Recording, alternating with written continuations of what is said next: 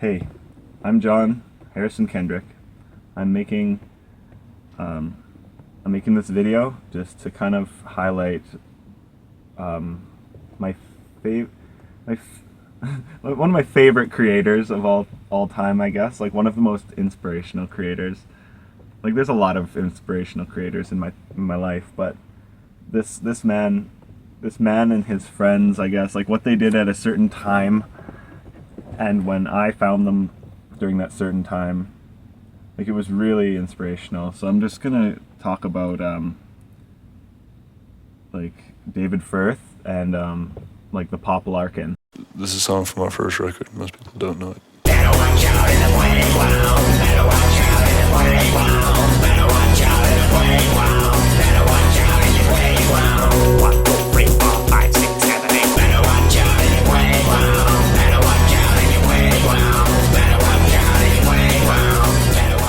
Basically, like the early kind of like I'm gonna talk about Fat Pie as well, like his website now, and for the last however many years, since like '02. But I'm gonna talk about like I kind of want to talk about a little bit before, like even though I have no experience with that, but I'm gonna talk about because it was going back to that content that I think really inspired me for some reason. So basically, like David Firth was a man from England, like a young man from England is what I knew. Like I remember watching Salad Fingers, the first Salad Fingers, I think, on Newgrounds at the suggestion of a friend, like a friend's sister, like an older sister. And like so maybe that had an influence. Like, but it was I forget what we were watching, but they put that on. She's like, "Well, have you seen this? Like, you got to see this." Like, kind of. She didn't think it was that cool, obviously, but she knew that it was fucked up enough that we would think it's fucked up, and like, so it like she puts it on, and it was just like, it kind of blew my mind a little bit. Like as a kid, like I didn't even like fake the. I think I was just watching. I don't really remember, but like I'm like, what drew me into that? Like, was it the music? Boards of Canada, that fucking amazing track. Like, Boards of Canada is so good, and like I still listen to Boards of Canada today. And like David has like amazing we'll talk about that later. Like really good taste in music, and like the music is really like plays such a key part into all his animations and works, I think. Like, or the voice, squeaky and imitatable. Like everyone had a Salad Fingers like impression. Like you could so easily quote it. You could so easily like, and the atmosphere was just like so good. Like it wasn't like anything else. Like it was dark. Basically, something about when a single creator has like say over the music and the content, it gives it like a really specific mood and like an atmosphere. And like these are so a moment in time, like they maybe because they're burnt into my memory, kind of like it's like nostalgic, but like they seem to have like such amazing atmosphere in them. Like I hadn't had any other videos that were like some of them look like they were just made on paint. Like the first Salad Fingers is like so rude, like it, I don't know, like he tries so hard now to make them like really good, and like they're really good now, but like something like there's still like more atmosphere in that fucking those first ones than like anything. And like in Sock and in Men from Upstairs, like I don't know, like those are so fucking like he talked about how they're from like he picks them under his fingernails and they're from dreams, and like they do seem like dreams, like but yeah, having him as like, because there's references to him, like how he kind of, it seems like he wanted to be on TV and stuff, so he was creating like a lot of content. And he talks about how I wanted to, like when he got the audience, he wanted to have enough stuff for like people to watch and for a while. And like, yeah, but like when one person or one like group, like it's not like filtered a lot. Like it's really really personal. Like a lot of the stuff, like not just the animations, but like there's a lot of other videos on there, like Drunk Rob and stuff, like weird unlisted videos that aren't on there that much, or that aren't like easy to find. And And if you use the Wayback Machine, there's so many links that I remember working that don't really work anymore. And you could just download things. You could just fucking, like, he would, I don't know, the way he'd post like a high resolution picture and like say it was like a wallpaper, and then like say for like a free download as the wallpaper, and it was just like a cool old, it was a cool picture, like cool link, and it was really simple. Like it felt like you were directly just like downloading it from him, kind of. While watching through music videos and stop motions and live actions and more content it's made like around the same time, it's so beautiful. Like you can tell that he's just taking videos all the time, kind of, and like a lot of it was on physical tape and stuff, so it has like a really good look. And he used to always be making like little music videos, and like for like Detachi and for like Aphex Twin and for all these like electronic, sick, I don't know, IDM I guess it's called, but not all of it's IDM, but Yep.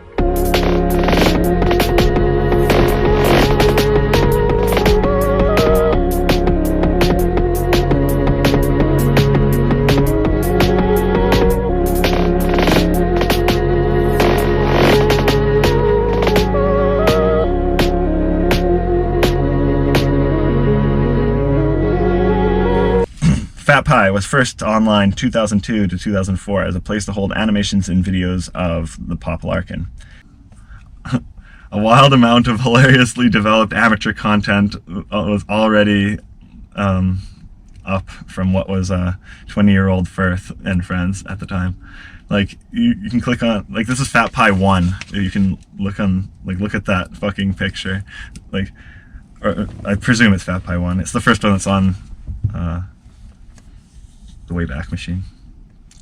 But yeah, he's got like the characters tab, and it's got like a million different characters, like Bricko and Mepho and Cat Stevens and Ethel, George, Chuck, Q Billy, Junior, Derek Rave, Boris, Hank, Loglegs, Dick Percy, Marjorie, Ronald Hubert, and the horrible Dr. Bones. Like so many. And like, but at this point it's like 2003, and you can see that there's no mention of Salad Fingers yet. And like, it wasn't fucking tied to his name and like weighted him down. Like, I don't know if it weighted him down, but I feel like it's fucking weighted him down.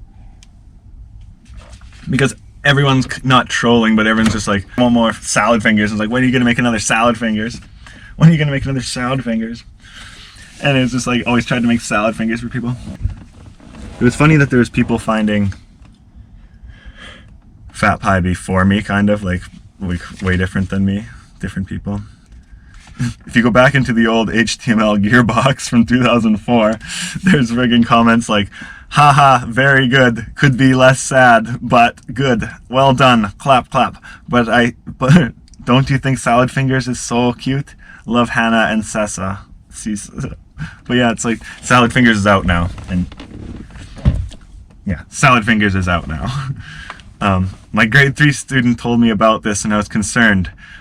Personally, I enjoy animations a bit sick and twisted, but what she was telling me made me check it out for her concern. Appropriateness. The Salad Fingers are so creepy, it couldn't leave my mind for a few days. Very well done. That voice still spooks me, but now I have to get a long discussion with my students' parents and discuss about appropriate web use. Thanks a lot. The original post from Fat Pie dated June 28th, 04 says, yes, I've churned out another flash tune, this one called Salad Fingered, based on an idea dreamt up by Kresh. Anyway, stuck it up on Newgrounds Flash portal, and again, it's got some great reviews, but currently sits at a pathetic 2.62 rating. It pisses me off to receive such a low score with absolutely no explanation. And that's funny, like June 28th, 04. Like, go check it out now. I think it's like maxed out. Like, it's just 5 stars. By 2005, like the next year, Salad Fingers 6 was already out and was receiving #1 daily feature and weekly 3rd place on Newgrounds, driving traffic to his newly updated site at the highest rate it's ever been.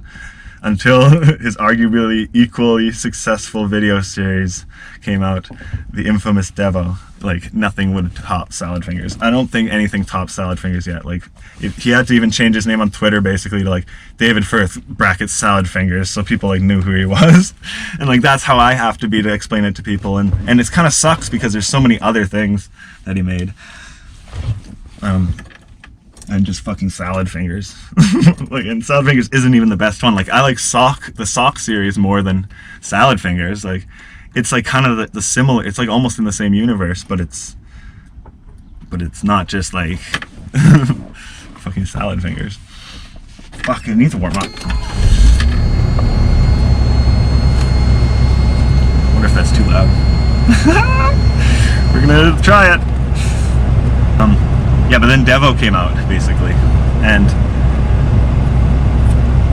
I wrote a little bit about Devo and like the firing of Christian Webb. Like, he lost his job over that recently. Like, he did this so long ago, whatever, 15 years ago at this point. And then now he's just like getting his life together, and then they just like find Devo online and just like fucking fire him because it's so fucked up. And like, yeah. In 2005, like the second highest FAQ behind what music do you use in your cartoons, a question we'll get into later, was, is that Devo guy real? And Devo, of course, was not real. Like, it was just like Christian Webb, like, or Crushed, or Crash, like, obviously a genius. But it's like just doing like a parody of a chav, basically. And a chav, like, they had a lot of shit on what a chav is, and like you can go to like these different websites and stuff, but the answer to that though was like, yes, he's absolutely genuine. Like, his stories are probably lies and exaggerations though. And like so people, I don't know, you could tell it wasn't real if you like kind of watched any of his other videos and you saw that like, oh, Devo is like in Grape Digging Sharon Fruits, and Devo is like voices of these characters. But if you just found Devo alone, like just that out of context, like, yeah, it's real. Like, I'll talk about Devo a lot more, maybe not in this video, but because there's a lot I could get into. So we'll just like like Devo had an offshoot thing that was arguably as successful as his like MC Devo, where he was a fucking rapper, and like they wrote music, and like David was Shady Pies, and he just made all these beats, and like, and it was weird because the beats were so not like normal beats, like they were kind of Locust Toy Box beats, and they were like really, like they were really good. And then Devo rapping over them was like pretty fun, like he's pretty good, but he's like pretty funny, like. And he just wrote, like, they wrote a whole album, like, Yorkshire to New York. But, like, his taste in music was pretty amazing. Like, the first was it Salad Fingers or was it Sock? Like, how do you say it? Tchaikovsky? Valse Sentimental? Like, that song? Like, you can hear it right now. Like, you recognize that, like, that's an amazing song, like, and then he used, like, the fucking cover of it, whatever her name is, and it's, like, I didn't know it, just she did it on the theremin, and I didn't realize that until, Clara Rockmore, like, the theremin version, and it's amazing, and then in the comments, it's, like, IGBR6, or IGBR from 6 years ago, was like, I think it's great that David Firth has led so many people to this great music. David has always the most powerful atmospheric music in his animations, and I think he's great for showing some of us. I would never have found this without him. He's an artist, he's an artist with true artistic tastes. And no matter how you want to take that, like, I agree. And like, he creates amazing music too.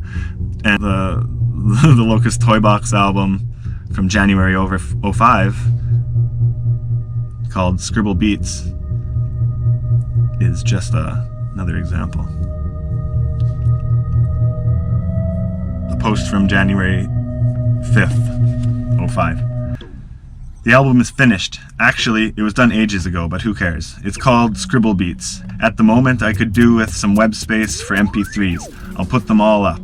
I also need a record deal. It would help. It would make distribution much easier. There are a few songs on the MP3 page, but with some web space, I could get loads and loads up. And then if you go to his Bandcamp right now, talking about this album, it's this was the first proper Locust Toy Box album back in 2004, 2005. And I didn't release it properly at first. The album before this were made under the name DJ Firth, which was a lie because I had never been a DJ in my life. This was also the first time I properly composed myself, with all the previous releases, or one I properly composed myself, with all the previous releases being mainly sample-based. It was an important step.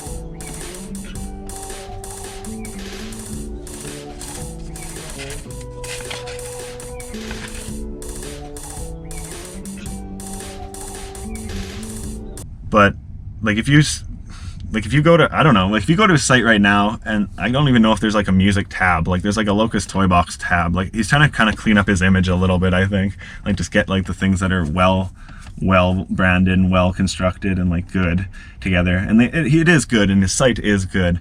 But like he used to have like Stegosaurus Trap and like I'm the Manager, and like he used to have these like fucking side projects that were just like, when I was younger I didn't even like get them really. Like I didn't even understand them, and now I don't know, like it's harder to find that stuff, and I still have it downloaded, and like I'll play some right now. You can hear like I'm the Manager or something, or me, like, and I used to listen to it kind of a lot just because like I really respected David or something, or I really liked the vibe that was coming out in all of his stuff. So like back in those days they did like cigarette reviews, like how to live longer, like celebrity death predictions, phone calls by an old woman, like I Will Judge You tab, and like their new film, like Firth's University Guide, and like Crust's Poetry Island, and like so many other things. Like they had so much shit, and like that's what, like I'm still on the page where I'm trying to do that kind of like just do tons of shit, and I didn't realize that he was like fine tuning. So I don't know. Like you have to fine tune your art, I guess. You can't just like do everything. But I loved that he did just everything, even if it was kind of bad or like not like as polished as Locust Toy Box, and like not doing shows with fucking Flying Lotus, and like not, I don't know, sorry. Like I guess he did get successful from it. It is great. Like I'm gonna do another video on this a bit more polished because there's so much I can go into. I can do like a fucking hour-long video, but I'm just gonna wrap it up. Because like I think it's self-explanatory how influential he's been to me, and how influential I'm sure he's been to other people, and because you don't get that successful or that many views without a lot of loyal fans and a lot of people that are into your stuff. So I hope you have a great day checking out the Kank Pace, the Google sites. If it's like I uploaded a screenshot of it to the Wayback Machine, so I'm really feeling it right now. I'm really trying to become a part of internet history just through sheer content production. So have a great year. Don't die from fucking COVID. See you later.